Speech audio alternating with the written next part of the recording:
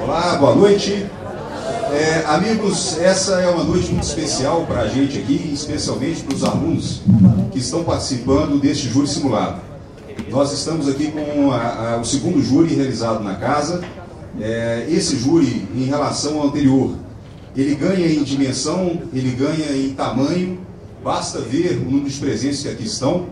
E eu digo que é uma honra enorme poder realizar o júri simulado na Universidade FUMEC, porque o júri para aqueles que vão trabalhar na advocacia, e especialmente na advocacia criminal, é o maior desafio que o profissional pode encontrar.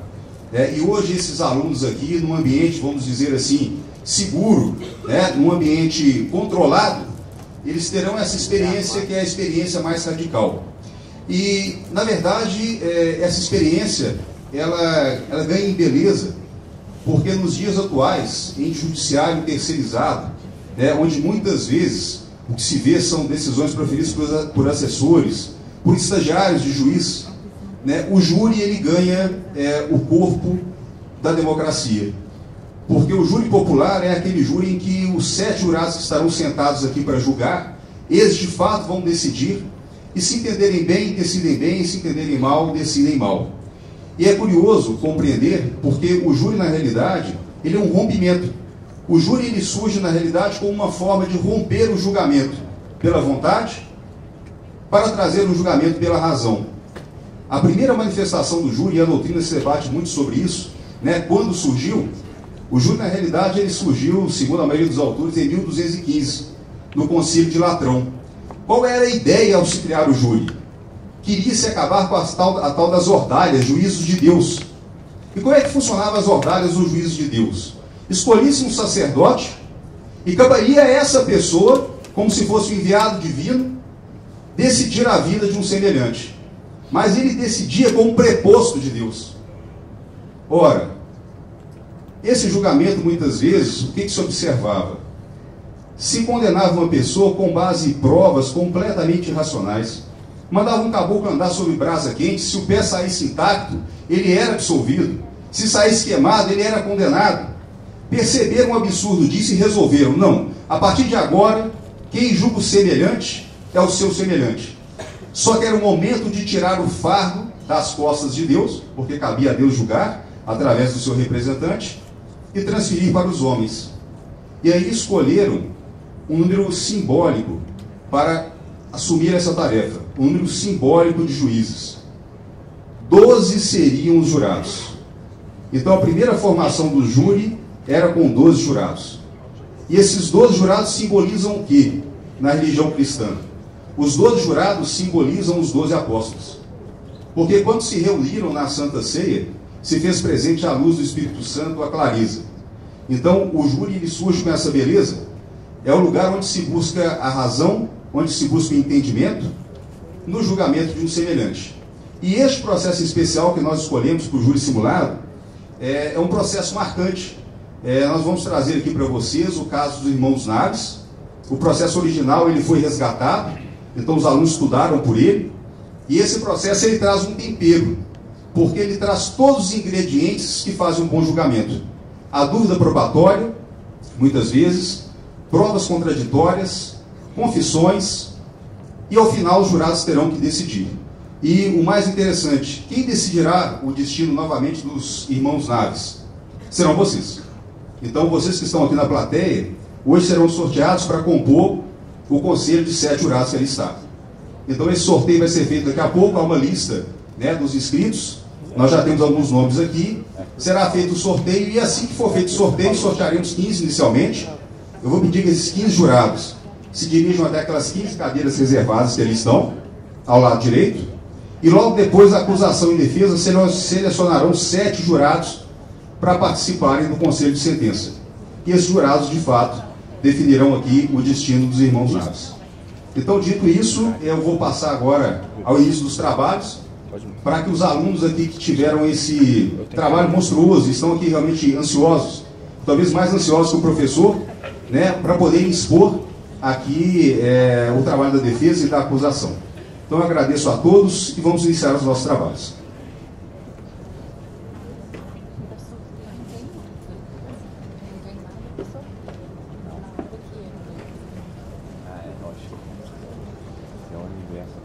Agora já incorporando o juiz, tá, gente? Então agora deixe seu professor e o juiz incorporado.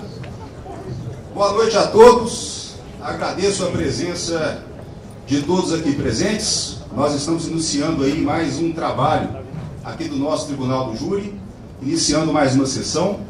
E é com satisfação que eu percebo aqui o plenário lotado e o interesse da sociedade em ver o trabalho aqui do nosso julgamento democrático, que é o julgamento popular.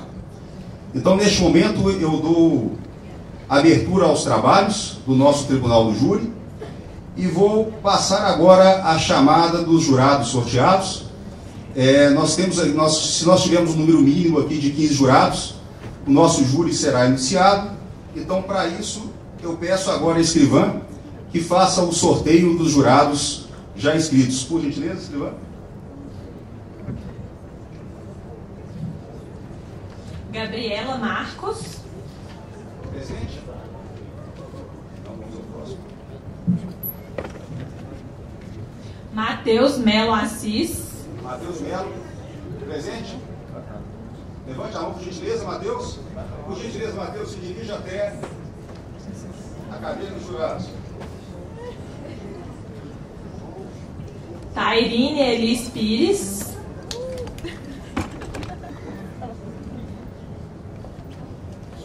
Alexandre de Paula Fiuza Costa.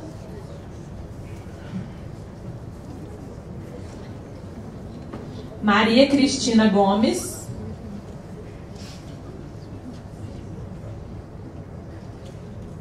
Ana Elisa Miranda Ferreira.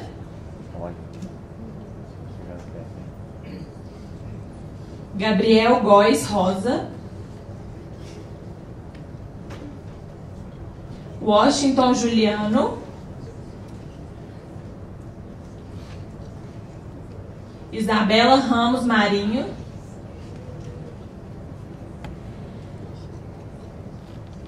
Gabriela Assunção Rodrigues. Eduardo Dias da Silva. Jaqueline Dornas de Oliveira. Karine Souza Silva. Ana Paula Fonseca.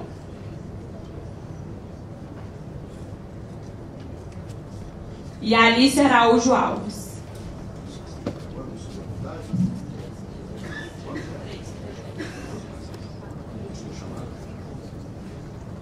Luiz Araújo Rodrigues. Luiz Araújo. Vivian de Carvalho Fernandes.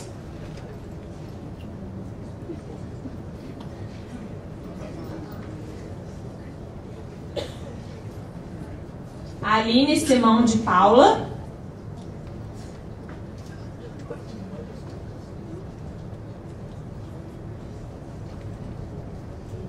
João Pedro Silva de Castro.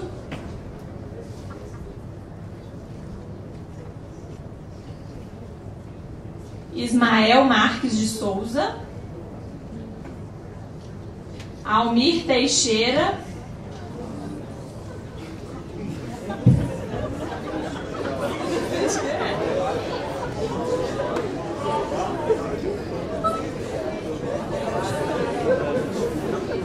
Ana Carolina Vegueiro. Ana Carolina. Ana Clara de Carvalho Trindade.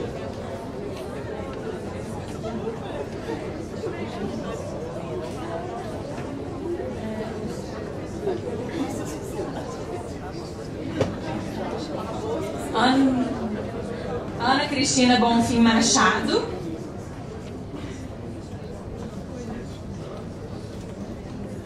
Bernardo Carvalho. Bruno Marinho. Camilo Prates. Leide de Jesus Souza.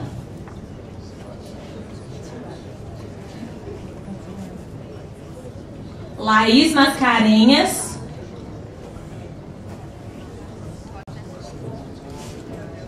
Marcela Brant Santos.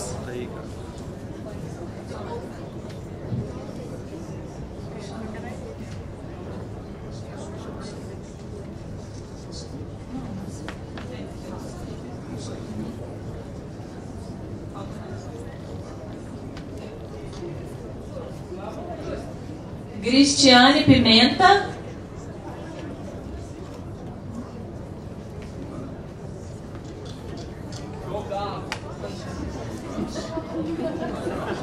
João Carlos.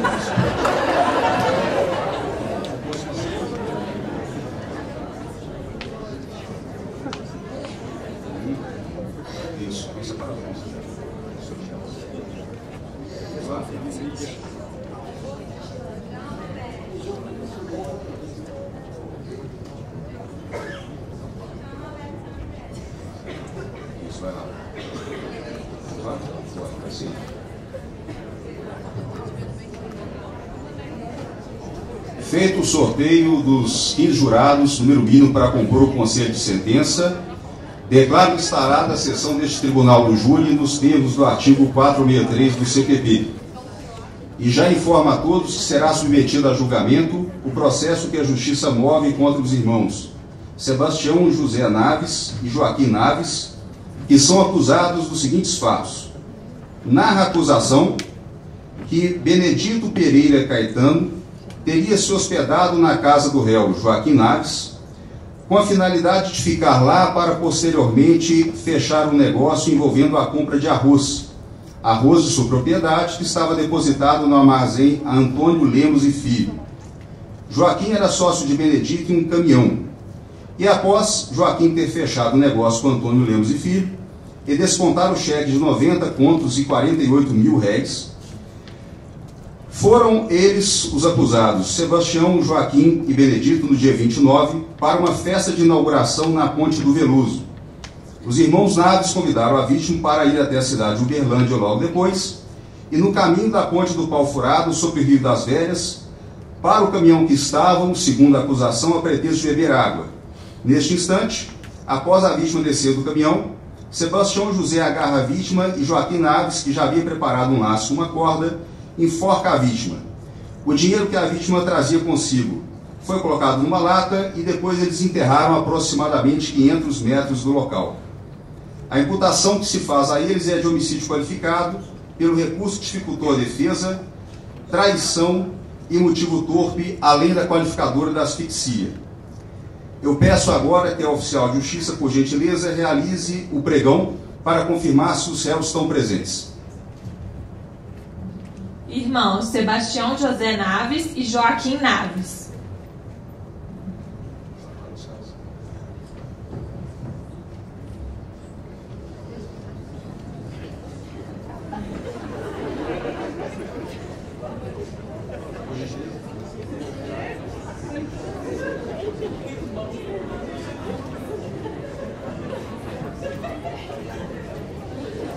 Faço nesse momento a advertência aos jurados. Essa advertência antes de se proceder ao sorteio. Segundo o artigo 448 do CPP, estão impedidos de servir no mesmo conselho marido e mulher, ascendente e descendente, sogra e genro ou nora, irmãos e cunhados durante o cunhadinho, tio e sobrinho, padrasto, madrasta ou enteado. Advirto aos jurados sobre a incomunicabilidade. Os senhores jurados, uma vez sorteados, não poderão comunicar-se entre si e com outras pessoas, nem manifestar sua opinião sobre o processo, sob pena de exclusão do conselho de sentença e multa de 1 a 10 salários mínimos. Poderão sempre dirigir a palavra a mim e jamais a qualquer um dos presentes. Vou passar agora ao sorteio do conselho de sentença. Vamos lá. Assim que for sorteado o nome de um jurados, cabe à defesa dizer se aceita e logo depois a acusação. Feito isso, será tomado o compromisso dos jurados. Vamos lá. Vivian de Carvalho, por gentileza, fique de pé. Pergunta à defesa. Aceita? Vivian de Carvalho? Aceitamos. Por gentileza, Vivian, se dirija até a mesa dos jurados e vista a sua beca.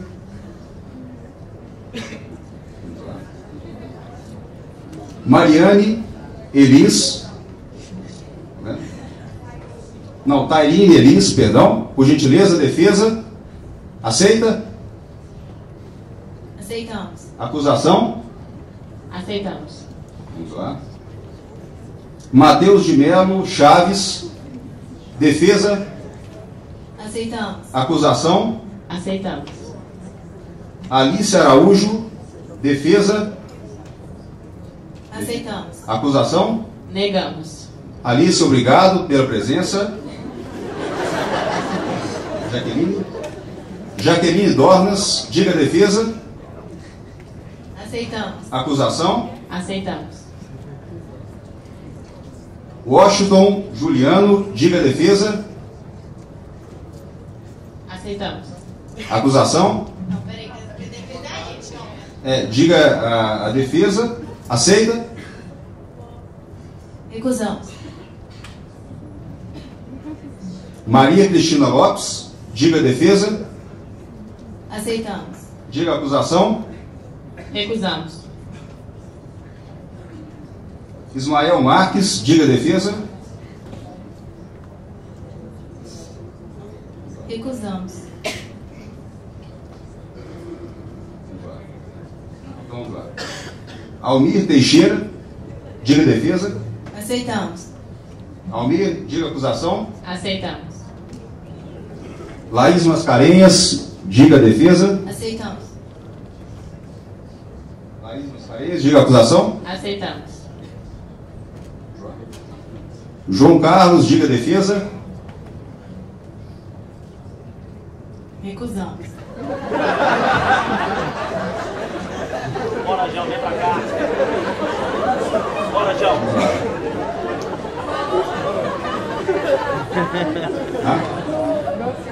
Oi? Já encerrou, são três. São três, perdão, já foi. Foram três.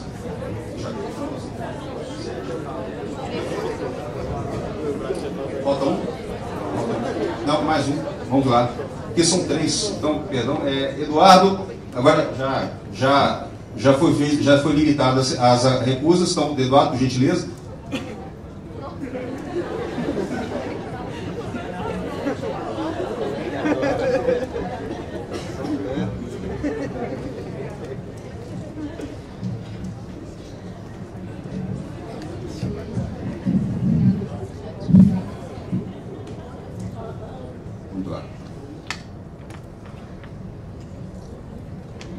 Formado o conselho de sentença, passo agora ao compromisso dos jurados. Peço aos jurados, por gentileza, que fiquem de pé para prestar o compromisso.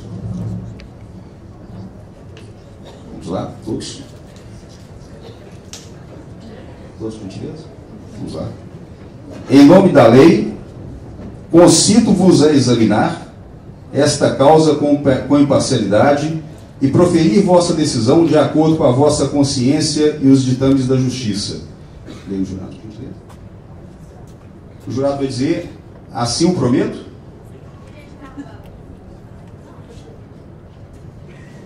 Tairine Elis. Matheus de Melo. Jaqueline Doula. Eduardo Dias. Almir Teixeira. Laís Mascarenhas. Perfeito, prestado compromisso. Peço aos jurados que todos já podemos sentar. Vou pedir agora, por gentileza, que a servidora leia a denúncia e depois eu passo o interrogatório dos acusados.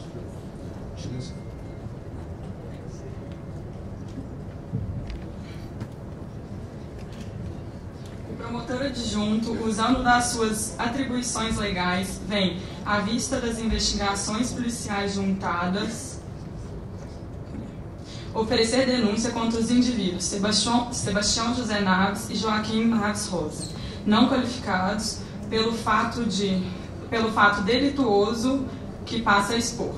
Há muitos dias se achava nessa cidade o jovem Benedito Pereira Caetano, hospedado em casa de Joaquim Naves Rosa e, à espera de concluir um avultado negócio de arroz, o qual se achava depositado nos armazéns de Antônio Lemos e Filhos.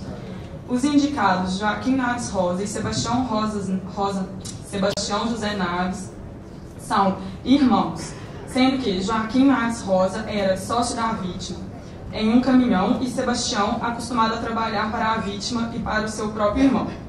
A 26 de novembro do ano passado, Benedito, a vítima, fechou o negócio do seu arroz com Antônio Lemos e Filho, recebendo em pagamento um cheque conta ou pague, contra o banco hipotecário e agrícola dessa cidade, na importância de 90 contos, R$ 48.500. Cheque este que conservou em seu poder até o dia 27 do mesmo mês, ocasião em que, por ter de regressar à sua fazenda no dia 30 de novembro, terça-feira, promoveu o recebimento do dinheiro no citado banco. Os indicados, logo que viram a vítima receber a avultada importância, tramaram um meio de se apoderarem dela. Como eram amigos da vítima, não lhes foi difícil executarem o seu criminoso intento. No dia 28 do mesmo mês, em companhia da vítima, foram os denunciados à festa de inauguração da Ponte Veloso, donde regressaram à noite. Depois de jantarem, os três foi a vítima divertir-se em uma das barracas armadas no recinto da festa da semana Araguari.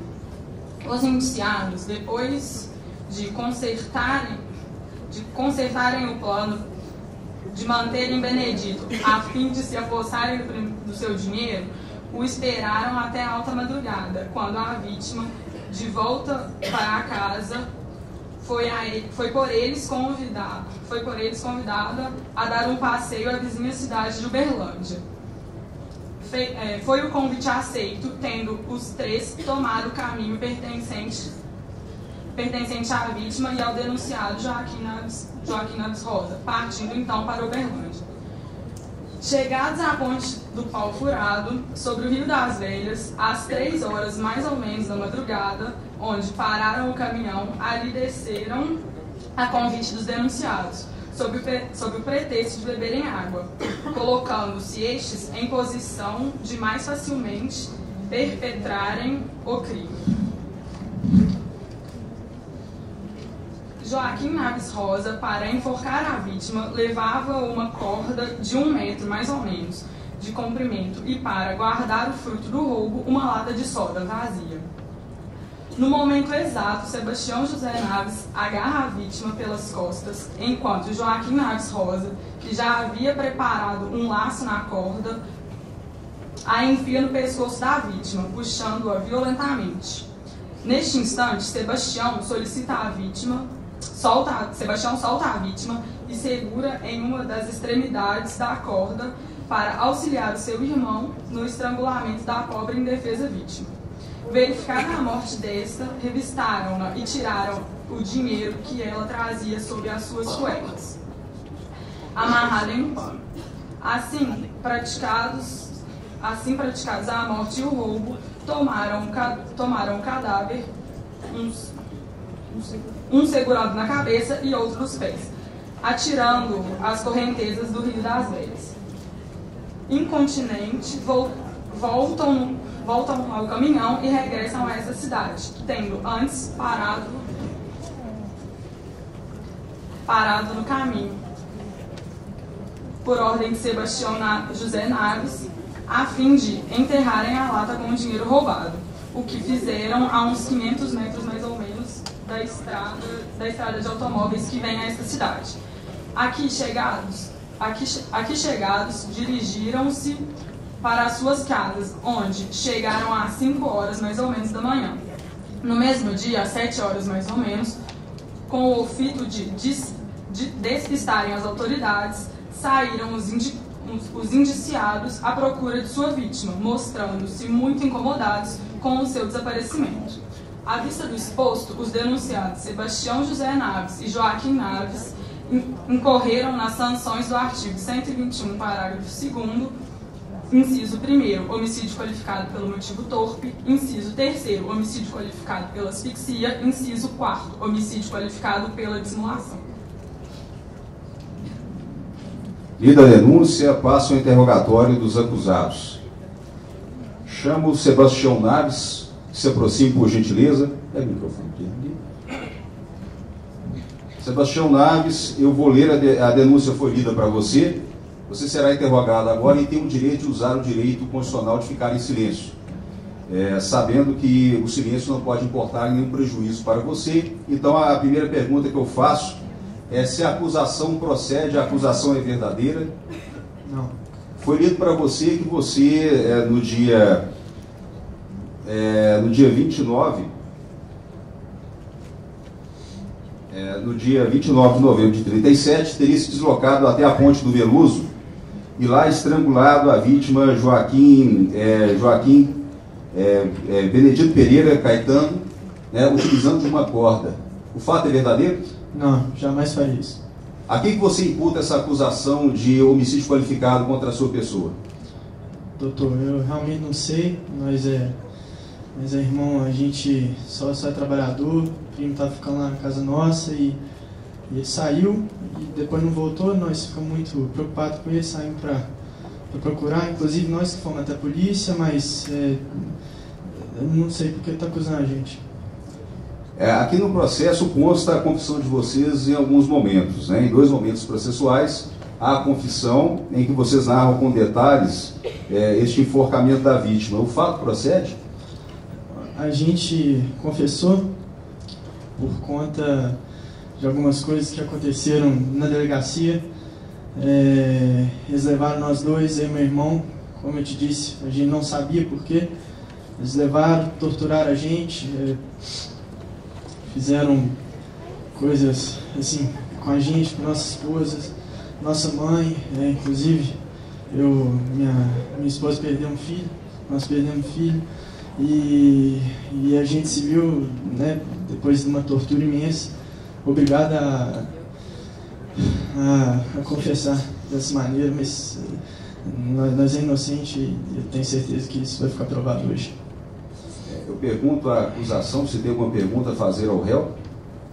Sem perguntas. Pergunta a defesa se há alguma pergunta a ser feita. Então, sem mais indagações, passo a palavra ao outro acusado. Vamos ao novo interrogatório.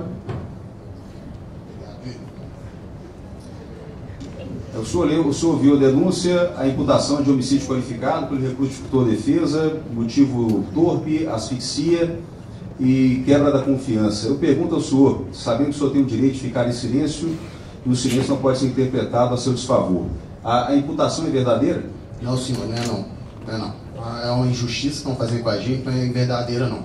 A quem o senhor atribui essa imputação? Doutor, eu vou falar porque estão falando que a gente confessou e realmente a gente escreveu em cima, a gente tomou muita paulada, estou até tremendo aqui, deram paulada demais na gente, acho que até perdi um pouco de cabelo, e aí eu tenho que falar, viu, doutor? Aí o senhor me desculpa, viu? Com a máxima tem, o senhor me desculpa, Vênia, mesmo, tem, aquela coisa que tá na roça, lá em Nepomuceno Centro tem um monte de gente que tem, só pra cabeça e tudo e tal, mas com a máxima Vênia, eu tô tentando falar igual que esse camarada ali de trás, ali de branco ali, ó, do exército ali, ó, dos delegados ali, eles bateram demais na gente lá, maltrataram a gente, judiaram a gente, eles mesmos ali, ó, eles estão ali, com a cabecinha encolhida, eles maltrataram a gente, eles não podem voltar pra lá não, viu, doutor, porque senão eles vão matar a gente lá, tá? Ok? A confissão, então, o senhor nega a prática do delito? Nego, agora que eles estão lá longe, eu nego. Encerrado o interrogatório, pergunta à acusação se tem alguma pergunta a se fazer. A defesa? Sem perguntas. Perfeito. Encerrado o interrogatório, eu passo aos debates. A acusação tem a palavra por 30 minutos para sustentar a sua denúncia.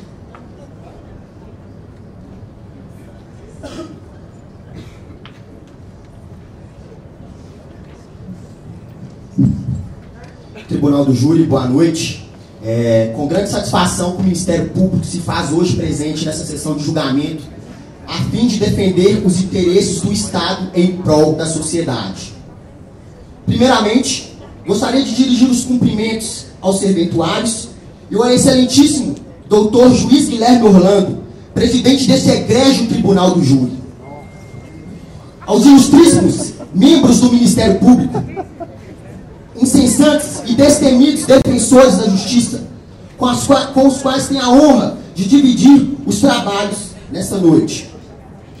Meus mais sinceros cumprimentos aos advogados de defesa, que apesar de estarmos em polos distintos, estamos em busca de uma sentença mais justa.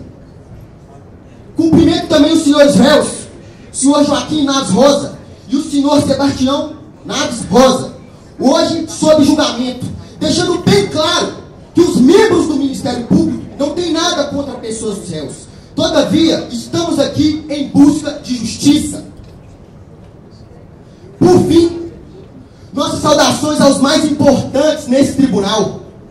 Senhoras e senhores, membros do Conselho de Sentença, elevados nessa ocasião ao grau de autoridade máxima. Peço aos senhores e senhoras que decidam de acordo com suas convicções e consciências, que não tenham medo de condenar os réus se acharem que de fato são culpados pelo crime que lhes estão sendo imputados hoje.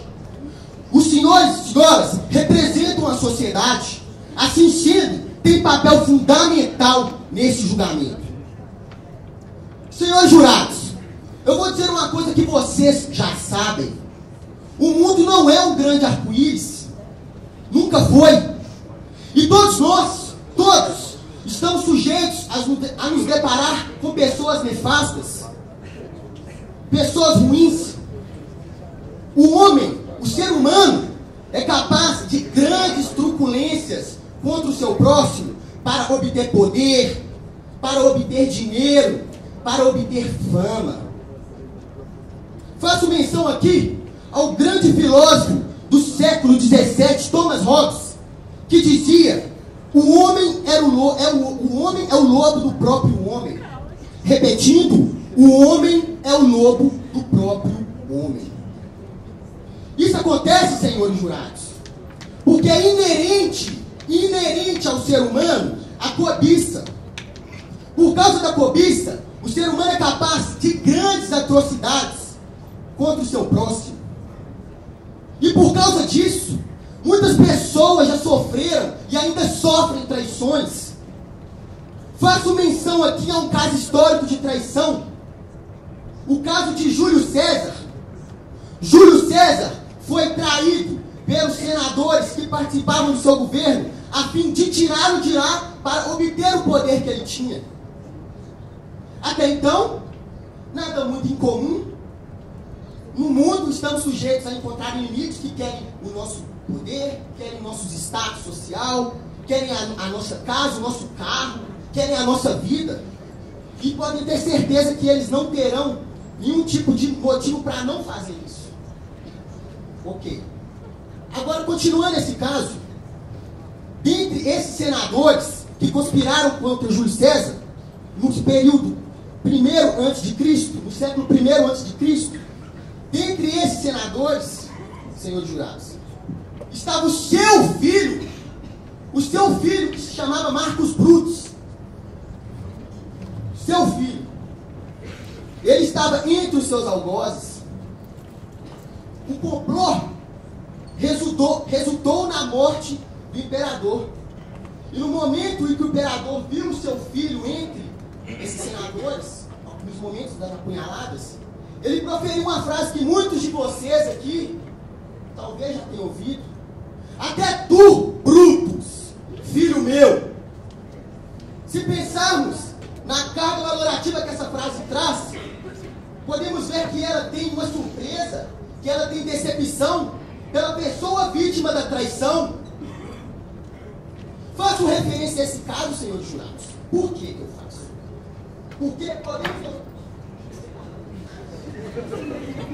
Porque podemos notar até que ponto pode se chegar a maldade do ser humano. Até que ponto? Ao ponto de tirar vida de alguém que é próximo de nós. Ao ponto de trair pessoas próximas. Isso é muito ruim, senhores jurados. E hoje estamos aqui.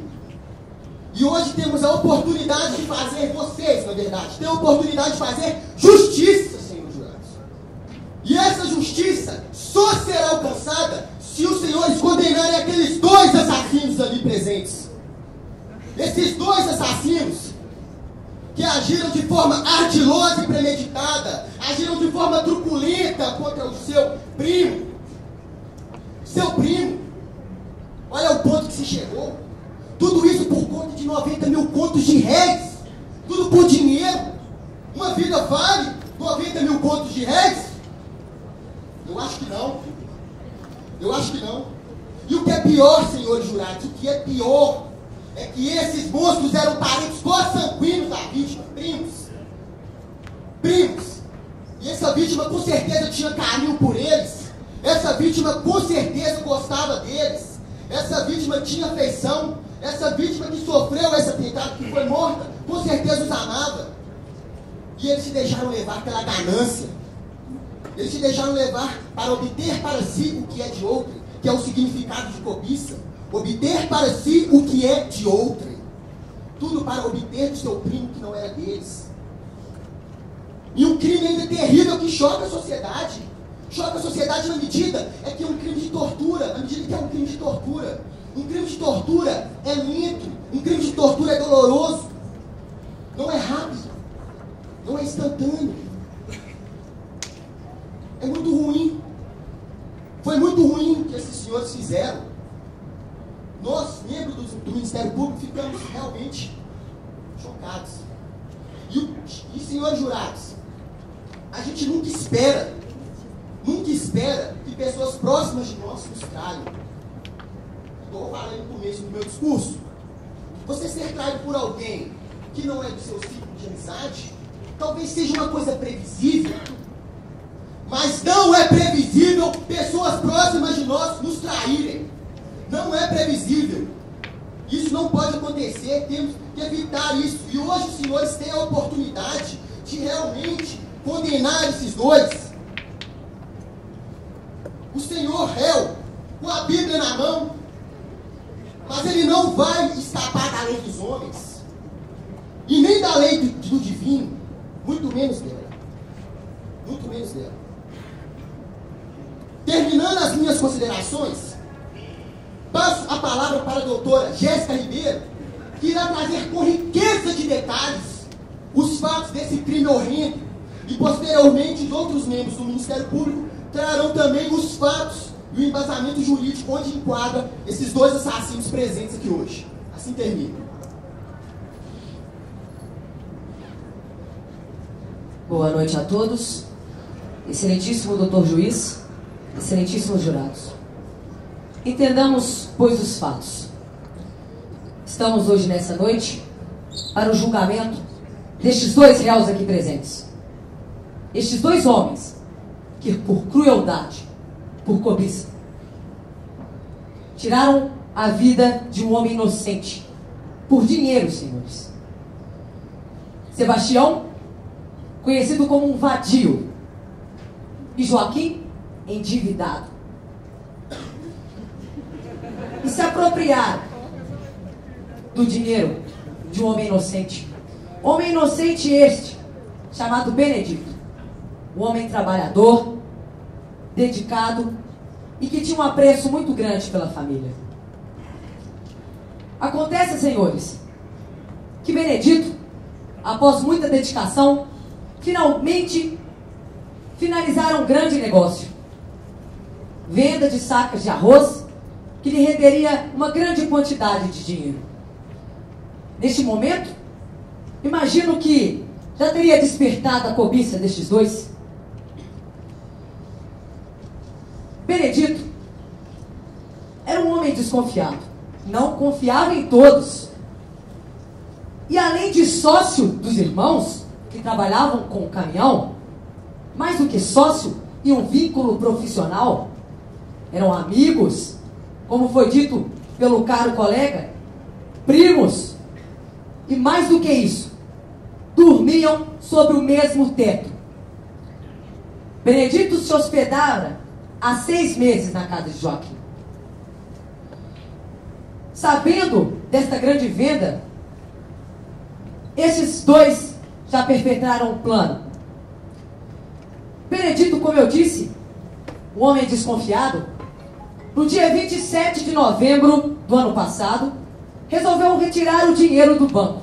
Afinal, era um dinheiro que era seu de direito. E os dois irmãos, apenas os dois, sabiam que ele já estava em posse do valor. Após 2 dias, senhores, no dia 29 de novembro do ano passado, uma segunda-feira, Benedito se encontrava em uma festa de inauguração da Ponte Veloso. Os dois irmãos não o acompanhavam.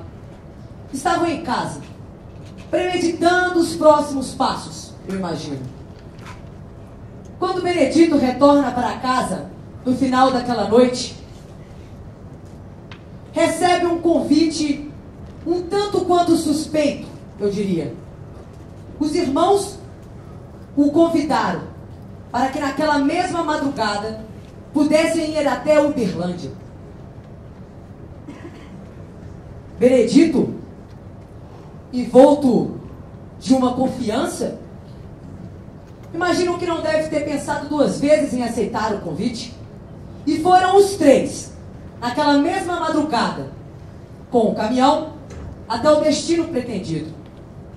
Entretanto, senhores, o que Benedito não esperava é que o caminhão pararia antes do esperado.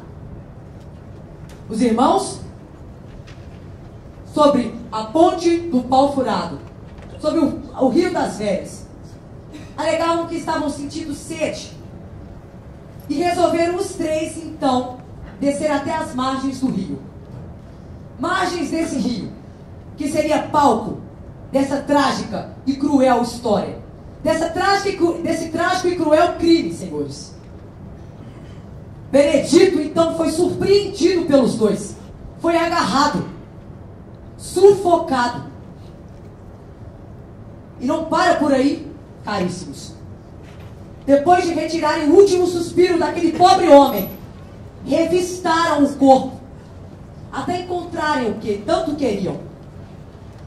E depois, senhores, pasmem, descartaram o seu corpo no rio. Senhores, a história não termina aqui. Estes 2 acusados foram tão cínicos, com o ar de que teriam seu plano infalível, que resolveram retornar à cidade, ir até uma delegacia e declarar um suposto desaparecimento. Caríssimos, o que eles não esperavam é que provas e testemunhas consistentes, como os senhores irão ver a seguir, deixaram o testemunho dos 2 insustentável. Portanto, senhores, nessa noite, eu peço que estejam atentos. Peço que possam julgar com a consciência de justiça, contra a impunidade. Benedito planejava retornar à sua cidade. Benedito sentia falta de sua família. E hoje, sua família chora pela morte de um ente querido por dinheiro. Portanto, caríssimos, peço que nessa noite julguem pela verdade, julguem pela condenação. Obrigado.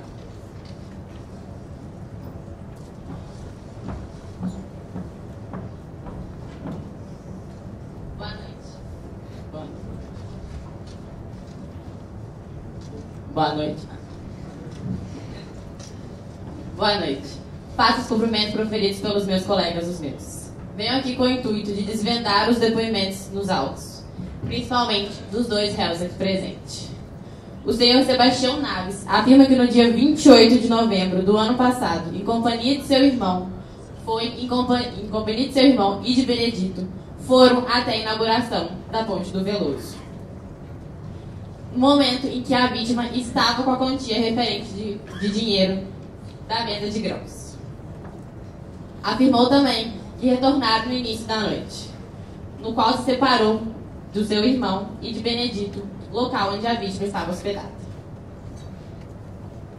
Afirmou que ficou sabendo do suposto desaparecimento do Benedito apenas no dia seguinte, quando foi ao encontro de seu irmão, e este afirmou que Benedito tinha saído na noite anterior e não retornou mais. Ao ser chamado para depor, Joaquim afirmou tudo o que seu irmão já lhe disse, e ainda disse que após o jantar, Benedito lhe disse que queria ir ao parque de diversões, e que mesmo Joaquim insistindo, este ainda saiu. Disse ainda que era costume de Benedito dormir fora de casa, na residência de conhecido seu. Fato que vai de contradição com outros depoimentos colhidos nos autos, como, por exemplo, do senhor Sebastião Vieira Costa, no qual afirma que nunca ouviu Benedito em companhia de outras pessoas, senão dos réus aqui presentes.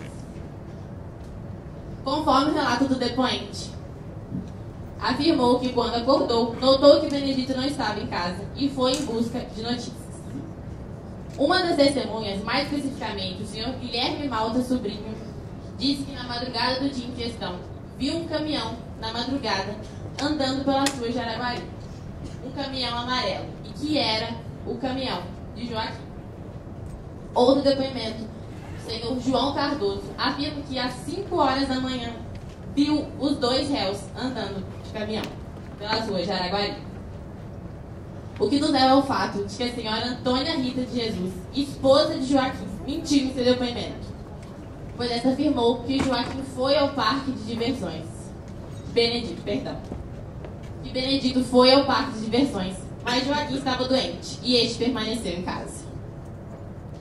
Afirmou também que Benedito dizia que não voltaria para a casa paterna, pois seus pais estavam se separando e isso lhe causava um grande desgosto.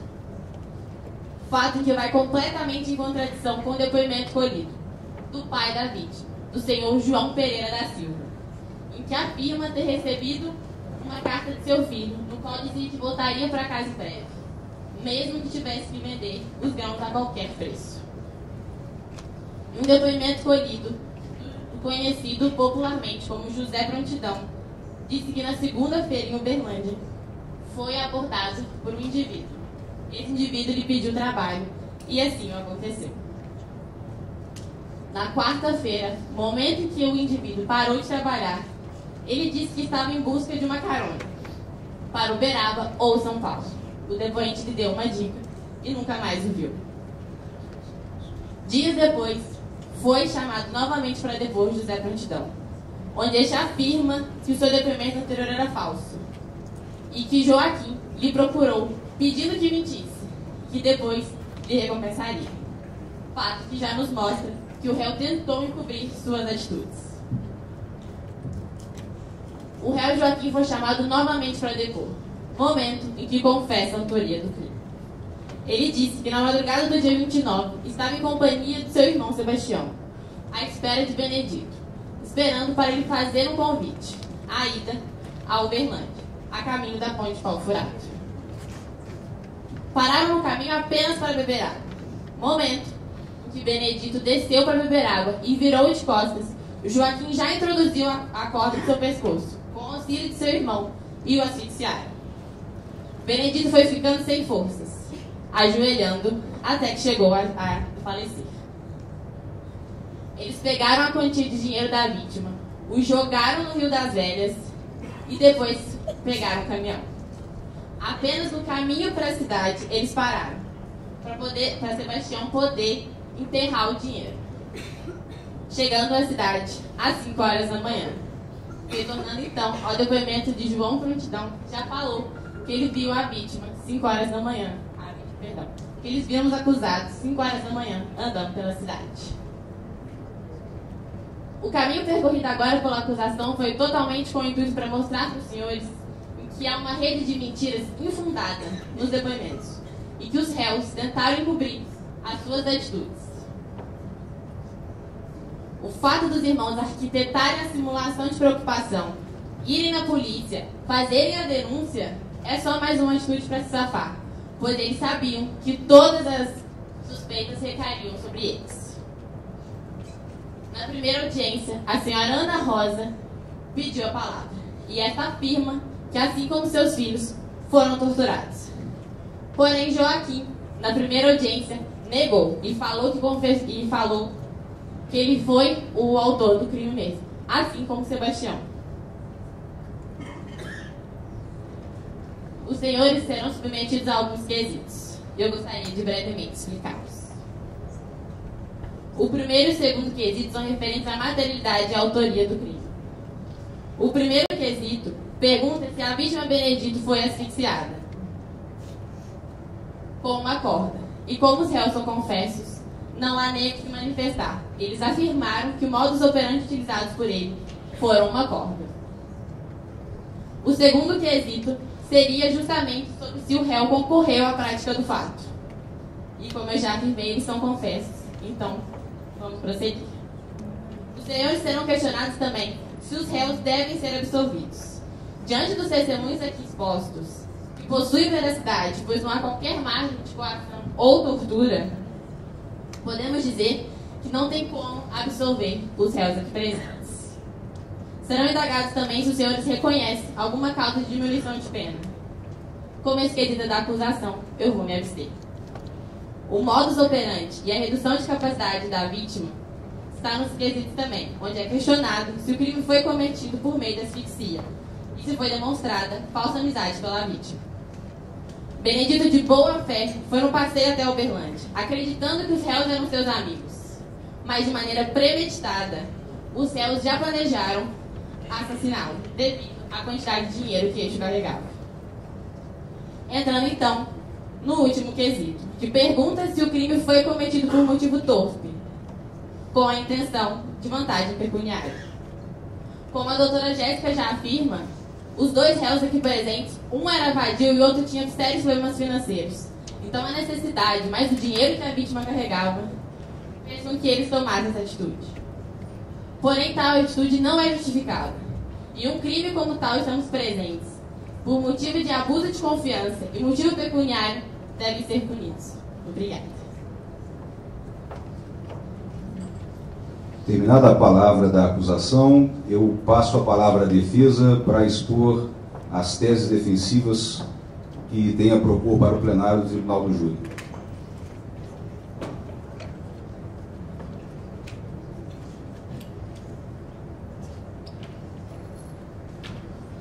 Boa noite. Inicialmente começo com as saudações. Vossa Senhoria, demais servidores, caros colegas da promotoria, demais presentes, e agora passo aos protagonistas. Aos protagonistas da noite de hoje, que são vocês, senhores jurados. A promotoria, no seu discurso, cita filósofos, cita fatos históricos, mas sobre o caso, ela não traz nada. Por que ela não traz nada? Porque não tem prova. Citar filósofo, citar fato histórico, é bonito, mas não tem nada a ver com o caso que nós estamos debatendo aqui hoje. Demonstra que eles têm conhecimento, são bacharéis em direito, meus parabéns. Mas isso não vai mudar nada aqui hoje, senhores jurados. Porque hoje os senhores farão justiça. Hoje, nós da defesa temos uma tarefa árdua. Por quê? Estamos lutando contra o julgamento contra a vontade. Um julgamento que não foi baseado em provas. Um julgamento que foi construído com base numa confissão obtida por tortura. E fala você, jurado, quem de vocês aqui não confessaria sendo torturado? Eu confessaria, de cara. Se eu fosse PT, torturou sou Bolsonaro. Então, aqui prova mais uma vez que eles não trazem nada. Não há corpo. Cadê a materialidade do crime? Não há. Vamos lá, vamos ver como é que foi essa história. Essa história começou assim. Um tal de Benedito, amigo dos irmãos, que tinha com eles uma sociedade na venda de arroz, recebeu um cheque pela venda desse arroz. E aí, certo dia, na inauguração de uma ponte, uma festa, Ponte do Pau Furado, Benedito foi a essa festa com os irmãos. Então, foram à festa, se divertiram, fizeram farra, e aí voltaram à sua cidade. Ao chegar em casa, Benedito vira e fala: vou sair de novo, mas com um cheque em mãos. Então os irmãos falam para ele: Benedito, mas você está com muito dinheiro no bolso, isso é perigoso, não faça isso. E ele, mesmo assim, resolve sair de casa, resolve ir para Gandaia e desaparece. Gente sabe, eu estou do interior, cidade pequena, alguém sumiu, tem boato, tem ladainha, tem fofoca. E aí começa a falar: Benedito sumiu? Cadê Benedito? Será que ele morreu? Ninguém sabia. Então fofoca de um lado, fofoca do outro. Um delegado totalmente despreparado e sob pressão vai e começa um processo que é uma rede de mentiras. E é exatamente isso, senhores jurados, que a minha colega Larissa vai trazer aqui agora, essa rede de mentiras. Obrigado.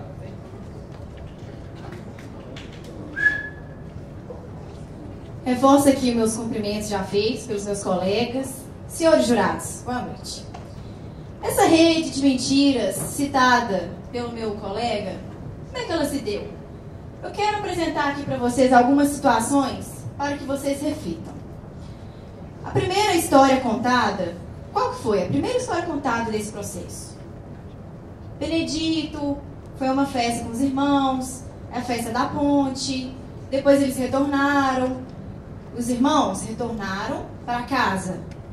O que eu acho engraçado, meus colegas da acusação omitem fatos que são interessantes para eles. Esse é um exemplo. Eles voltam para casa. Nos autos está presente essa questão. Bom, no dia seguinte, Benedito sumiu. Cadê Benedito? Sumiu. E o que acontece? Como meu colega disse, cidade de interior, fofoca, pressão social. Preciso de acusado, ou melhor, preciso de dois, né? 2 criminosos? Engraçado. Toda essa riqueza de detalhes, de depoimentos que a acusação apresentou, como que ela se deu? Ela se deu depois da tortura. Por que meus colegas não citaram a tortura? Porque não é interessante para eles citar a tortura. Eles estão sendo aqui acusados porque confessaram. Confessaram porque foram torturados. Foram torturados. Que tortura? Sede, fome, ficaram nus. A mãe deles, de 66 anos, foi estuprada na frente deles. A esposa de Sebastião foi presa e o filho de colo estava junto com ela. Como não tinha condições para suprir a necessidade de um bebê de colo, morreu. Morreu na cadeia. Eu queria saber de vocês, mulheres aqui presentes, homens aqui presentes, se vocês estivessem sendo torturados, por isso todos os aspectos que eu disse, sofrendo essa pressão psicológica, essa pressão física, o que for, ou então, vendo pessoas que vocês amam sofrendo esse tipo de agressão, vocês fariam o quê? Vocês confessariam um crime que vocês não cometeram para acabar com essa tortura? Eu diria que sim. Por quê? Eu faria isso? Eu faria. Vendo minha mãe sendo estuprada na minha frente? Gente, isso é um absurdo. Por que a acusação não trouxe a tortura? Eu não entendi. Vocês entenderam? Bom, se não bastasse isso, além dessa questão, eu queria que vocês refletissem sobre outra coisa. A acusação afirma que, Benedito foi morto. Ok. Um homicídio pressupõe um corpo. Cadê o corpo de Benedito? Se Benedito foi enforcado pela corda, cadê a corda? Não tem prova da materialidade, não tem corpo, não tem a arma utilizada, não tem nada, gente. Cadê? Não tem nada disso. Então, é uma série de contradições apresentadas nesse processo que, até de certa forma, são questionáveis. Até vocês podem parar para pensar nisso. E, além disso, entra a questão de, o dinheiro, cadê o dinheiro de agora? Se o dinheiro foi escondido, como afirma nos autos, foi escondido em um buraco. Buraco era de tatu. Não tinha buraco. Então, se realmente tivesse, cadê o dinheiro? Não tem nada, gente. Bom, E, como vocês podem ver, é muito difícil condenar uma pessoa com base na dúvida. Não estamos aqui para isso. Temos que condenar uma pessoa com certeza. Você precisa de certeza de alguma coisa. Seja da arma, seja do corpo, seja do dinheiro. Você não tem nenhum dos 3 elementos. Então por que você vai condenar essas 2 pessoas aqui? Inocentes. Que sofreram, sim, tortura. Não sofreram nenhuma justiça, sofreram tortura. Quem estão sendo justiçados são eles. Bom, é uma infindável contradição. E agora eu passo a minha palavra para a minha colega Juliana, que vai expor.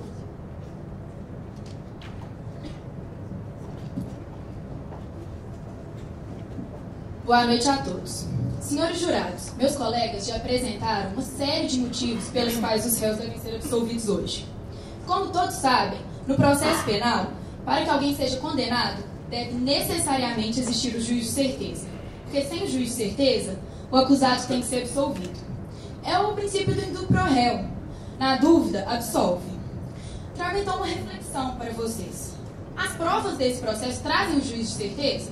É isso que vocês enxergam aqui? Bom, eu vou apresentar agora alguns quesitos que vão ser essenciais na decisão que vocês vão tomar hoje. A primeira pergunta que faço tem a ver com a materialidade. No dia 29 de novembro de 37, por volta das 3 horas da manhã, às margens do Rio das Velhas, próximo à ponte do Pau Furado, a vítima Benedito Pereira foi asfixiada com uma corda?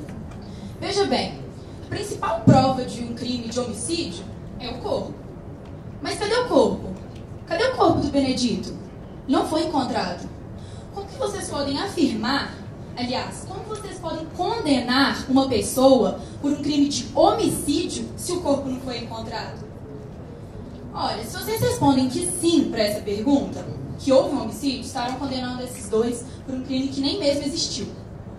Por outro lado, se vocês respondem que não, vocês estarão fazendo justiça e votando a favor de todas as provas trazidas pela defesa. E aí, se a resposta for não, tudo acaba por aqui. Os réus já serão absolvidos. Mas se mesmo com a ausência de materialidade, vocês não estiverem convencidos de que não houve o homicídio, eu passo para o segundo quesito, que diz respeito à autoria. Os irmãos Naves concorreram para a prática do suposto crime? Sim, houve confissão. Mas como já foi dito, antes da confissão, houve tortura. Vocês acham que tem alguma credibilidade uma confissão baseada na tortura? Imagine você sendo torturado, vendo sua mãe idosa sendo estuprada na sua frente, sabendo que seu filho, bebê de colo, morreu nos braços da sua esposa na cadeia. Como qualquer pessoa confessaria qualquer crime só para acabar com todo aquele sofrimento. Além disso, todas as contradições apresentadas só trazem mais certeza que a confissão não deve ser tida como verdade. Porque não ocorreu crime nenhum. As vítimas aqui são eles, vítimas de tortura, que é um dos mais horríveis crimes. Aqui, mais uma vez, se votarem que sim para a autoria, vocês estarão condenando esses 2 homens, sendo que o crime nem mesmo existiu. Com relação aos demais quesitos, é perguntado se há algum atenuante. Mas não há nenhum atenuante, até porque a confissão foi forjada, então não tem nem que ser reconhecida a confissão espontânea. Os outros quesitos serão trabalhados pela acusação. Então, senhores jurados, nós da defesa pedimos aqui, em síntese, não ao primeiro quesito e não ao segundo quesito. Com a negativa do primeiro quesito, eles já serão absolvidos. E a absolvição aqui é a medida de justiça. Porque condenar pessoas sem provas do jeito que estamos fazendo aqui hoje não é o papel do júri. O papel do júri é trabalhar com a razão. O júri é o palco da razão, não é o palco do arbítrio e do eu acho. Aqui não tem espaço para o eu acho. Vocês estão julgando a vida de pessoas. Então, eu volto com a pergunta. Qual foi a prova produzida? Nenhuma. Obrigada. Terminada a exposição da defesa, pergunto à acusação se irá a réplica. Vocês têm a palavra, no tempo regulamentar.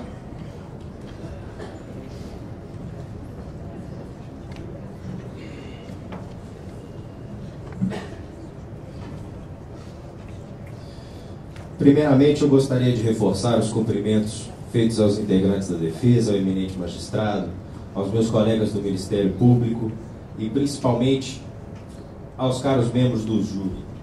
Vocês são aqui hoje a consubstanciação do princípio democrático na aplicação da justiça. Bem, pela exposição da defesa, eu gostaria de esclarecer 2 pontos. O primeiro é que nós estamos no século XX, na década de 30. E o segundo é que nota-se facilmente que a defesa não tem intimidade com os autos, porque a festa não era na Ponte do Pau Furado. A Ponte do Pau Furado foi o lugar onde aconteceu o assassinato. A festa era na Ponte do Veloso. Portanto, não dá para confiar em tais palavras de quem desconhece totalmente os autos. Eu gostaria de reforçar o ponto abordado pela minha colega de acusação, a doutora Luísa, no que diz respeito à materialidade. Senhores, não é absolutamente que porque não se achou um corpo, que não houve homicídio. Se assim admitíssemos, na formulação do nosso Código Penal, esse artigo 121, teríamos que homicídio seria matar alguém e não conseguir esconder o corpo. Não é o que ocorre. Temos tipificado no artigo 121 que o crime de homicídio é cometido quando se exaure os elementos do tipo, que é simplesmente matar alguém. Se o corpo fosse o fator determinante para se comprovar que houve ou não homicídio, o assassino poderia se ver impune de crime tão horrendo, simplesmente ocultando o cadáver, senhores. Mesmo que haja um conjunto probatório extenso, vasto, sólido, como o demonstrado por meio dos depoimentos que foram apontados em todas as contradições apontadas pela colega Luísa. Tal tese de que o corpo é o fator determinante, é o fator principal e supremo para se determinar se houve homicídio ou não, é um absurdo, como os senhores próprios jurados puderam ver, e não merece acolhimento dos jurados. É uma ofensa à lógica e ao bom senso de todos nós aqui hoje. Vamos pensar em um exemplo. Vamos pensar que alguém é alguém famoso. Vamos pensar... Bem, famoso no Brasil é jogador de futebol, né? Costuma ser. Vamos pensar que um jogador de futebol mata a esposa, mata a companheira, é preso. Existe um conjunto probatório vasto, sólido, que aponta que ele foi de fato o autor do homicídio. Porém, como ele obteve tanto êxito, tanto sucesso em esconder o cadáver da companheira, ele pode se ver impune. Eu pergunto aos senhores, questiono aos senhores, se seria justo que, tendo essas condições que eu coloquei para os senhores, este jogador hipotético fosse inocentado, se visse impune simplesmente porque escondeu um cadáver. Senhores, a tese é absurda. Outro ponto que não merece acolhimento é o da alegada tortura.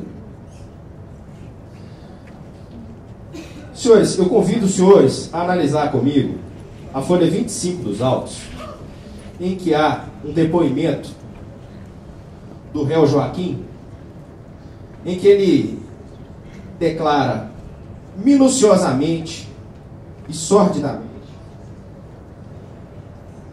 com riqueza de detalhes, como ele matou por estrangulamento Benedito e o jogou no Rio das Velhas, para esconder seu corpo. Senhores, o Rio das Velhas é grande. É difícil achar um corpo. Se eu, vou ser bem sincero, se eu fosse da defesa e meu cliente fizesse tais declarações, eu entraria em desespero. E é justamente do que se trata a tese de tortura levantada pela defesa. É uma forma infundada e desesperada de tentar desqualificar todas as provas colocadas diante dos senhores jurados. Eu tenho certeza que os senhores jurados não serão iludidos por tal tese. Porque de tão desesperada, ela é apelidada carinhosamente no meio informal jurídico de ius esperniandi. A tradução do termo já traz a ideia do que possa ser. Senhores, a tese é completamente absurda e ela é feita no desespero justamente porque eles não têm mais nada a alegar. Está tudo confesso nos autos. Vamos supor, por amor ao debate, que admitíssemos a tese de tortura. Muito bem.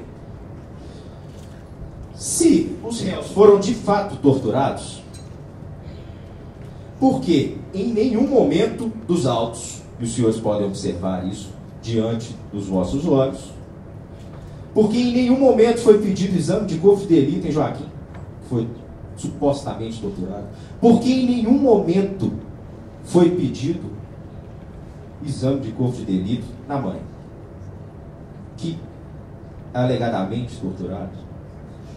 Senhores, que defesa é essa, senhores? Que não pede um exame de corpo de delito, tendo uma confissão nas costas, e só agora vem levantar isso? Senhores, por que o advogado do réu, dos réus, que se fez presente em todos os depoimentos colhidos nos autos,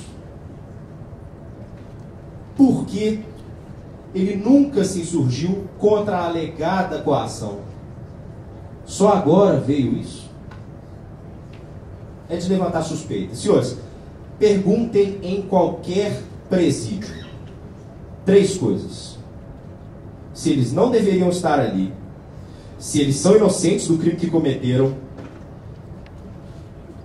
e se eles confessaram sob tortura.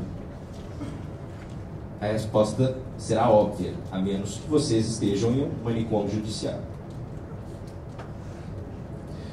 Senhores, eu encerro fazendo um apelo aos senhores. Esses 2 precisam pagar pelo que fizeram. Não deixem que o Brasil continue sendo o país da impunidade. Obrigado.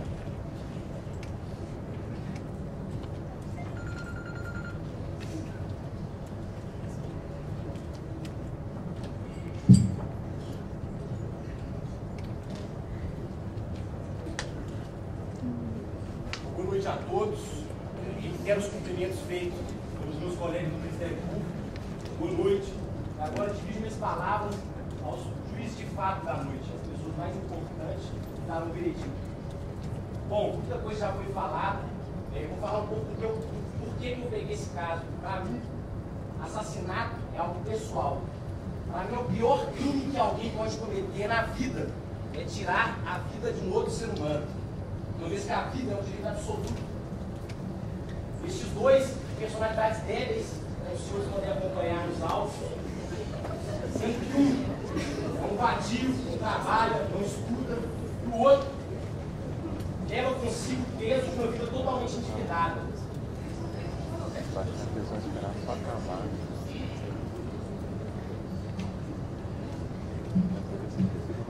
E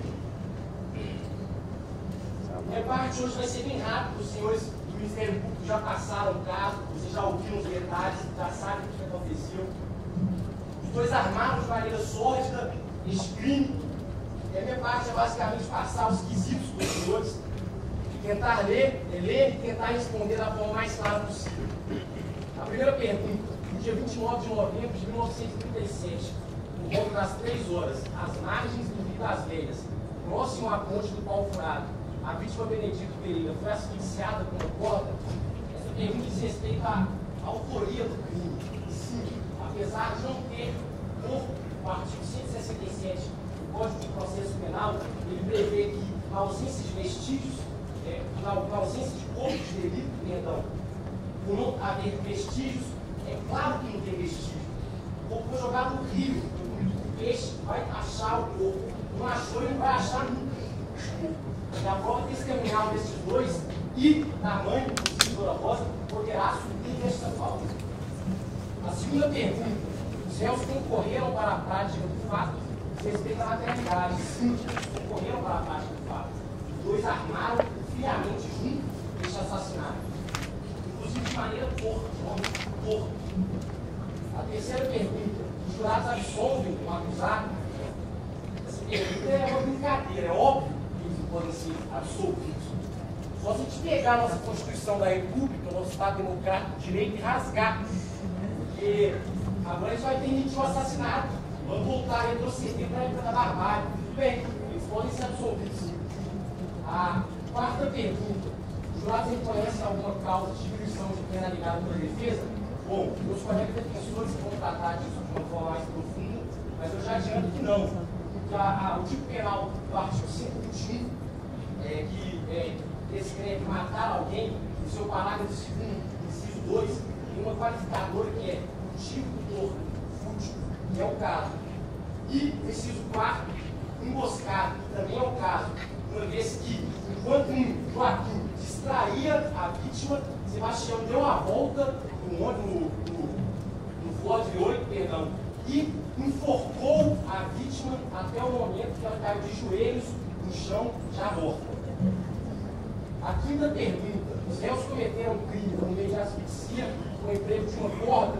Esse é o modus operandi brutal que foi cometido pelo grupo, uma vez que estes dois convidaram o Benedito para dar um passeio às 3 horas da manhã. Quer dizer, uma pergunta breve: você daria um passeio com alguém que você não confia? Eu não. Às 3 da manhã? De jeito nenhum. Quer dizer, o Benedito confiava nesses dois, esses dois usaram o abuso de confiança, que também foi uma arma, para cometer esse latrocínio.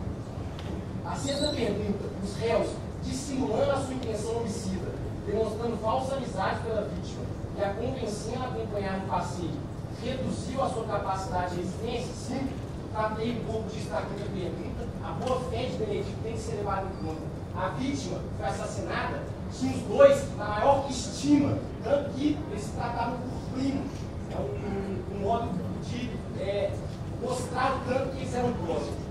A sétima e última pergunta é se os réus praticaram um crime por motivo torto, consistente na intenção de obter devida vantagem pecuniária. Já tratei também disso nas outras perguntas. Sim, o motivo é torto. Alguém duvida que matar por dinheiro é algo terrível, é algo fútil. É isso, jurado. Os senhores já ouviram muito sobre o caso, não vou me delongar. Eu só quero terminar com uma reflexão: que todos vocês hoje levantem desta cadeira com a consciência tranquila que a justiça foi feita. E esses dois são culpados. Muito obrigado. Terminada a fala da acusação, pergunto à defesa se já está apta para a tréplica. A palavra é da defesa.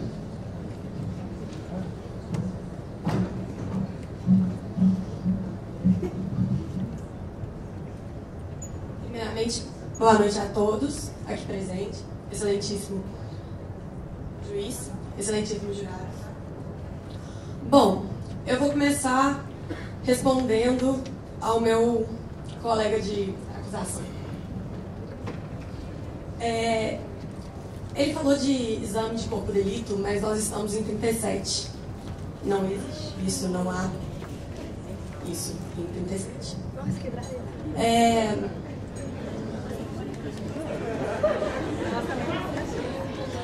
Enfim,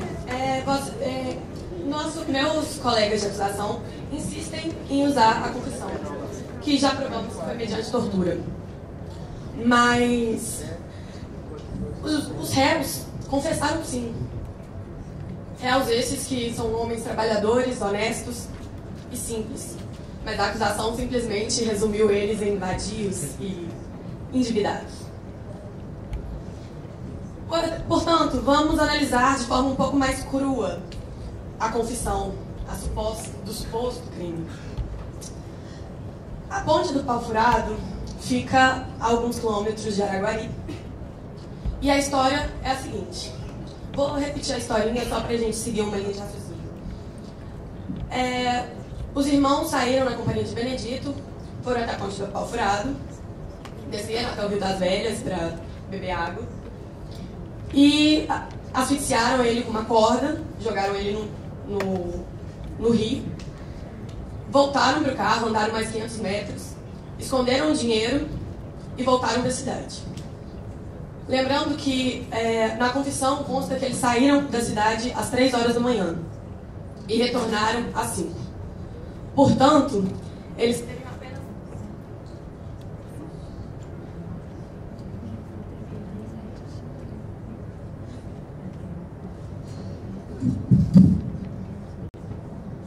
Portanto, eles teriam apenas 2 horas para cometer o crime.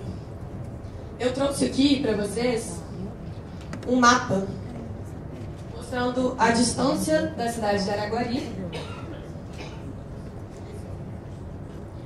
A distância da cidade de Araguari até a ponte do Pau Furado. Eu fiz questão de ligar na prefeitura de Araguari para a gente ter certeza da localização. Como vocês podem ver, o cálculo é de 51 minutos. Esse cálculo ele é feito embasado numa estrada asfaltada, com uma condição favorável de visão, e também com carro mediano, o que não era o caso na confissão.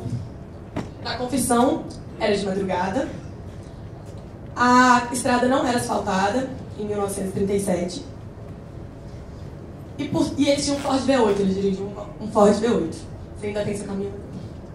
Não, perdeu o caminhão. Então, meus caros, seria muito difícil eles fazerem esse percurso em 2 horas e ainda cometer um assassinato. Se isso não é suficiente,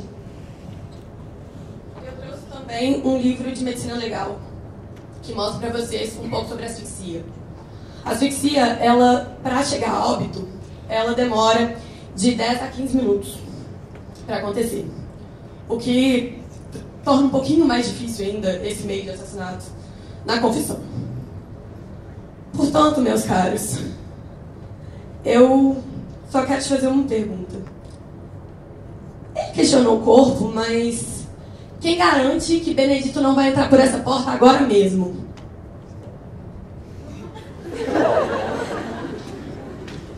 Eu acho que todo mundo olhou, né? Eu vi que todo mundo olhou.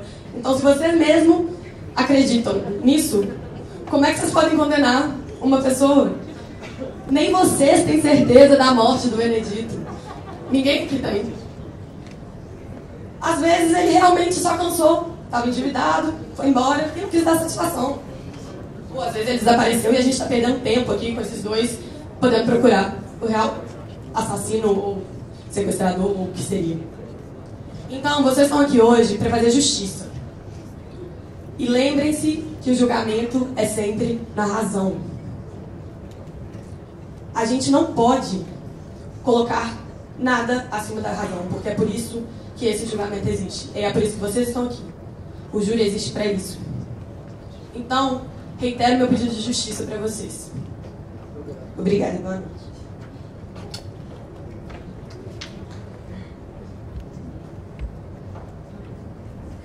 Terminada a fala da defesa, indaga os jurados se estão aptos a decidir o julgamento. Vou passar então agora à explicação dos quesitos. Será submetido a Vossas Excelências e foi deixado na mesa um exemplar de cada quesito para cada jurado. O primeiro quesito, a primeira pergunta que será feita a Vossas Excelências é com relação à materialidade. Será perguntado no quesito número 1, se no dia 29 de novembro de 1937, por volta das 3 horas, às margens do Rio das Velhas, próximo à ponte do Pau Furado, a vítima Benedita Pereira foi asfixiada com uma corda. Se Vossas Excelências responderem sim, vocês respondem conforme pede a acusação, que leva à condenação dos acusados. Se vocês responderem não, votam como a defesa e os demais quesitos acabam prejudicados. Com voto negativo, o réu é absolvido. Com voto sim, ele afirma-se pelo menos a materialidade. E passamos para o segundo quesito. O segundo quesito ele diz respeito à autoria. Será perguntado a Vossas Excelências se os réus concorreram para a prática do fato. Se Vossa Excelência disserem sim, votam conforme a acusação, estão afirmando que os réus mataram a vítima. Se falarem não, os acusados eles são absolvidos e não seriam eles os autores do crime. Mas lembrando, o quesito número 2 só chegaremos a ele se respondido positivamente ao quesito número 1. Depois, no quesito número 3, é perguntado a Vossas Excelências, para que vocês possam exercer a soberania que é própria dos vereditos. Se Vossas Excelências, apesar de, mesmo aceitando a materialidade e a autoria, se Vossas Excelências absolvem o acusado. Respondendo sim, os acusados são absolvidos. Com a negativa, parte-se ao próximo quesito, que é o quesito número 4. Pergunta-se aqui: o jurado se reconhece alguma causa de diminuição alegada pela defesa? A defesa aqui, no caso, ela nega a autoria, dizendo que os réus não são responsáveis pela prática do homicídio, mas se Vossas Excelências entenderem que há alguma causa de omissão, tem a soberania para poder votar em sim. Mas a defesa sustenta, na verdade, a negativa de autoria, e não apresentou aqui nenhuma causa de diminuição. No ponto número 5, item número 5, quesito número 5, é perguntado a Vossas Excelências se os réus cometeram um crime por meio de asfixia, com emprego de uma corda. Com a resposta negativa, Vossas Excelências seguem a defesa e afasta-se a qualificadora. Com a resposta positiva, votam de acordo com a acusação, votando sim. Partimos para o próximo quesito, que é o quesito número 6. É perguntado a Vossas Excelências se os réus, dissimulando a sua intenção homicida, demonstrando falsa amizade pela vítima e convencendo a acompanhar no passeio, reduziram a sua capacidade de resistência. Se votarem sim, votam como pede a acusação, reconhecendo a qualificadora. Com o voto não, atendem ao reclame da defesa e é afastada a qualificadora. E por fim, no quesito número 7, é perguntado a Vossas Excelências se os réus praticaram o crime por motivo torpe, consistente na intenção de obter indevida vantagem pecuniária. Respondendo sim, reconhece-se a qualificadora do homicídio torpe. Falando se não, votando não, essa qualificadora é afastada. Neste momento, a oficial de justiça levará até vocês duas cédulas. Uma cédula com o voto sim e a outra cédula com o voto não. Eu vou repetir a pergunta e vocês vão colocar na urna aquele voto correspondente à consciência de cada um de vocês. Então, a primeira pergunta que será feita agora é se no dia 29 de novembro de 1937, por volta das 3 horas, às margens do Rio das Velhas, próximo à ponte do Pau Furado, a vítima Benedita foi asfixiada com uma corda. Votando sim, votam a favor da acusação. Votando não, votam a favor da defesa e o réu é absolvido. Então, a oficial vai entregar agora as cédulas, uma cédula com voto sim, a outra cédula com voto não.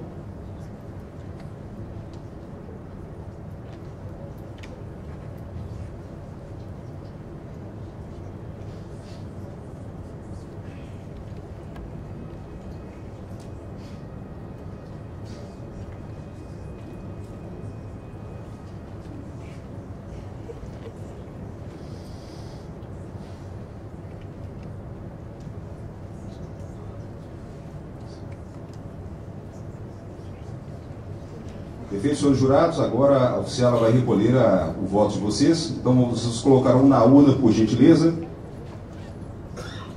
a decisão de vocês com relação ao quesito número 1, quesito com relação à materialidade.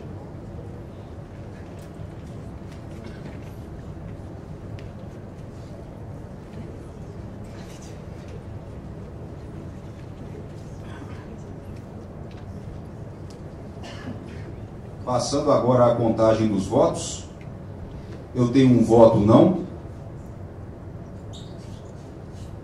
outro voto não, 3 não, 4 não.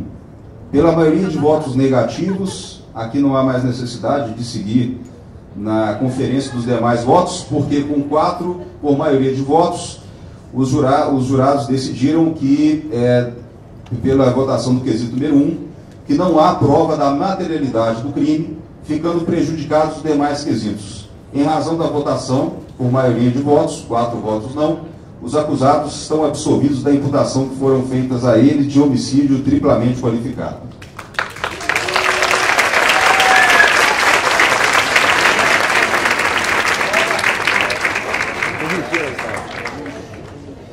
Então eu profiro agora a minha sentença. Segundo proferida a votação pelo Conselho de Sentença, com a negativa da materialidade, ficam absolvidos os réus da imputação que lhes é feita de homicídio triplamente qualificado.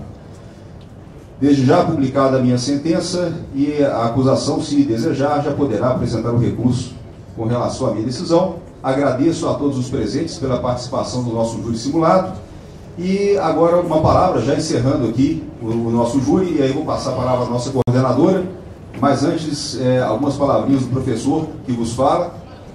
Eu queria agradecer a todos e dizer realmente que a experiência desse júri simulado foi realmente gratificante. Os alunos tiveram um desafio, e esse desafio eu acabei trazendo ele um pouquinho para mim, porque eu vou confessar, eu nunca fiquei talvez tão nervoso, né, com a plateia como eu fiquei hoje. Porque no início eu acabei carregando essa ansiedade dos alunos, então acho que vocês nunca viram um juiz tão nervoso assim na vida de vocês, então eu peço desculpas pelo nervosismo, mas foi na verdade trazendo um pouquinho aí da atenção dos alunos e dessa preparação toda, e essa atenção acabou desaguando no início do júri.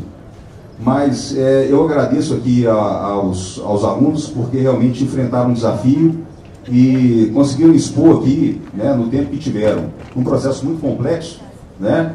Todas as teses de acusação e de defesa, nós tentamos aí conduzir da melhor forma possível esse procedimento do júri, mas eu tenho certeza que hoje, né, pelo menos esse desafio aqui, ele foi vencido pelos alunos, e eu vou dizer, certamente, eu acho que eu fiquei o mais tenso de todos aqui, né? Então a fala deles me trouxe tranquilidade. Então quando eu vi a acusação apresentando, depois a tese da defesa, eu consegui recobrar aquele equilíbrio perdido no início do julgamento, porque eu percebi que eles realmente brilharam, né? E isso trouxe para mim uma tranquilidade maior. Então eu agradeço, e agradeço aos alunos aí pelo brilhante trabalho e pela tranquilidade que conseguiram recobrar do professor no correr do julgamento.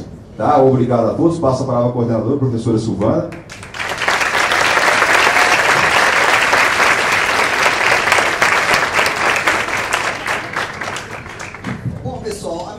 No sentido de que essa iniciativa, nós já tivemos aqui no nosso curso de Direito há muitos anos atrás, realização de alguns júris simulados.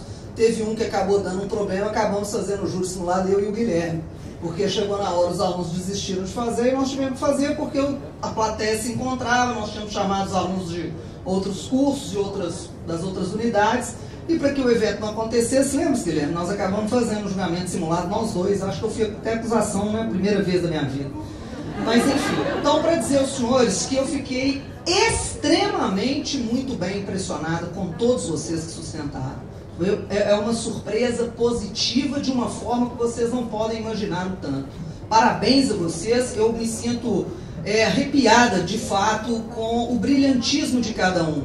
Não é fácil fazer uma exposição, mesmo se tratando de um júri simulado, e, como foi dito aqui, com a proximidade, com as pessoas conhecidas da gente. A gente se sente, às vezes, muito mais tolhido se fosse uma plateia completamente desconhecida. Então, vocês foram perfeitos. Eu fiquei muito feliz, mas muito feliz mesmo. Tenho certeza que daqui sairão muitos tribunos para esses novos tribunais do júri que nós teremos aqui em Belo Horizonte, nas Minas Gerais e no Brasil. Parabéns a vocês, continuem assim. E para vocês, que sirva de exemplo. Já adiantando, nós vamos ter no início do semestre que vem, em março, e passaremos a ter todos os semestres um concurso de oratória e o júri simulado.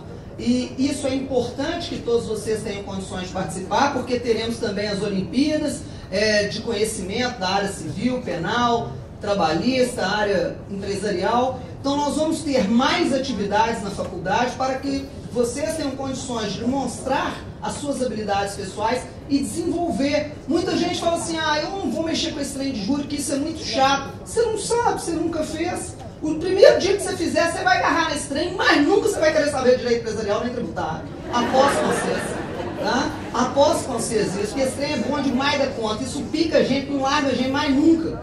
Tá? e o lugar bom para desenvolvimento dessas habilidades é aqui. O resultado é aquilo que efetivamente menos importa, principalmente quando nós já sabemos de um caso desse tão famoso, que foi o maior erro judiciário brasileiro até hoje, nós não temos dúvida, mas que é importante que se ressalte. O tribunal do júri nunca errou no caso. O caso foi julgado 2 vezes e as 2 vezes os irmãos foram absolvidos. Mas era uma época em que a legislação permitia, o que hoje não acontece, que o Tribunal de Justiça reforme a decisão absolutória dos jurados para condená-los. Hoje isso não é possível. O máximo que os desembargadores podem fazer é determinar que se retorne a novo julgamento, mas jamais absolver alguém que os jurados condenar alguém que os jurados absolveram, porque a decisão do júri ela é soberana. Então, o resultado foi um resultado exatamente da mesma forma que aconteceu lá na década de 40, porque houve mais de um julgamento realizado a respeito desse fato. Quer queiram onde estejam hoje os irmãos Naves, que eles possam aí nos iluminar e permitir que nós desenvolvamos cada vez mais o nosso conhecimento e tenhamos esse amor pela palavra. A palavra é o nosso dom. Tá? O dom que nós vamos desenvolver no direito, o melhor deles é a palavra, a falada e a escrita. É isso que nós precisamos desenvolver. Os nossos argumentos são através disso. E aí nós vamos agora, no nosso curso de direito, dar ênfase a essas habilidades e desenvolvimento dessas habilidades. Agradeço sobremaneira a presença de todos vocês e aqui ó, é para todo mundo participar dos eventos que nós vamos fazer. Ok, gente? Mais uma vez, parabéns a todos. Levem isso pra frente, que vocês vão longe, viu? Parabéns! Pessoal, antes de ir embora, só uma gentileza. A pedido aqui da acusação e da defesa, cada um quer se manifestar, então eu vou dar a chance, a palavra aí de um membro da defesa, do membro da acusação, fazer uma manifestação aqui. Então, a palavra da defesa, inicialmente. Eu acho que eu falo em nome de todos nós aqui, que esse caso, ele vai um pouco além de simplesmente um erro judiciário. A tortura, ela foi muito grave. Ela foi brutal. E eu não sei se você sabe. Exatamente. Benedito realmente não morreu. 15 anos depois ele reapareceu. A história é que ele, na verdade, ele foi assaltado no dia.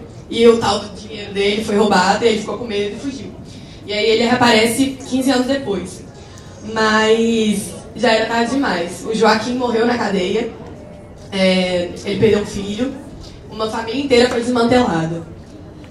Eu quero lembrar vocês da data do caso. Foi em 1937, época da ditadura Vargas, na qual a tortura foi duramente aplicada e relatada por muitas vítimas e testemunhas. A tortura não fere só a carne, ela fere a alma, o intelecto, a história e o direito. A tortura é crime, é abominável e não pode, de forma alguma, se tornar um meio de justiça. Somos seres éticos e civis. Devemos prezar sempre por uma sociedade democrática e ser conivente com a tortura é negar a nós mesmos. Devemos sim ter sede de justiça, sempre, mas nunca acima dos nossos direitos fundamentais, nunca acima do Estado Democrático de Direito e nunca acima da nossa Constituição. Obrigada.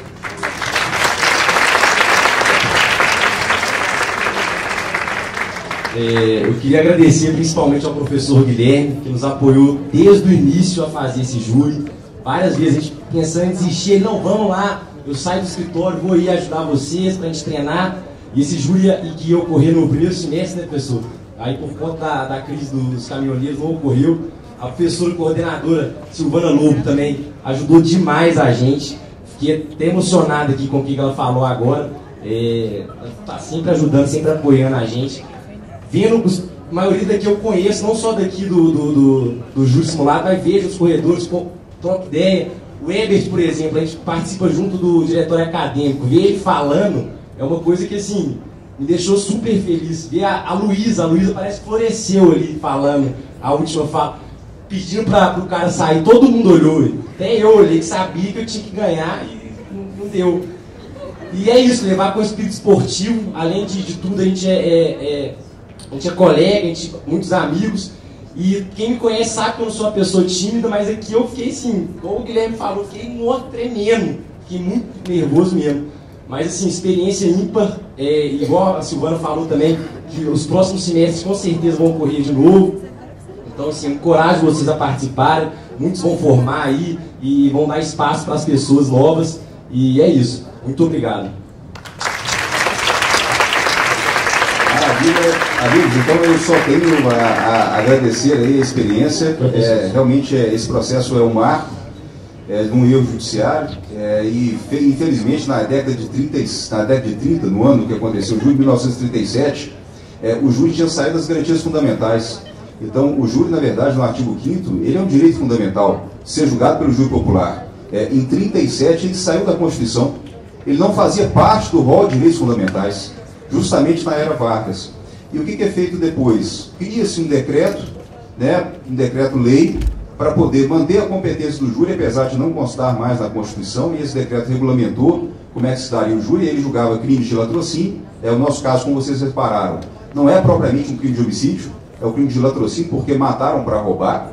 Esse crime hoje não seria, porque o júri popular só julga os crimes contra a vida, e o latrocínio não é um dos crimes contra a vida. E o júri só volta mesmo à Constituição Federal em 1946. E depois a nossa Constituição de 88, Constituição Cidadã, coloca ele como garantia fundamental, curiosamente, no artigo 5º, inciso 38. E o inciso 37 é o inciso que vai dizer que não haverá juízo ou tribunal de exceção. E o júri secunda, o júri vem logo depois desse inciso e traz realmente aquele exemplo do julgamento mais democrático, que é o júri popular. Então não haverá tribunal de exceção e haverá a garantia do júri popular sempre, pelo menos na nossa Constituição de 88. Então os colegas aqui tentaram hoje simular, e o professor aqui como advogado, vivenciando a experiência de juiz, que não é uma experiência muito confortável, mas enfim, as coisas correram muito bem, e eu agradeço a todos. Eu acho que a experiência foi válida, foi a melhor possível, e que os próximos júris sejam melhores, que a gente realmente vá amadurecendo nesse nosso procedimento aqui. A gente está debutando ainda, mas agradeço a todos a presença, uma boa noite, obrigado por estarem até agora fazendo a companhia a todos nós.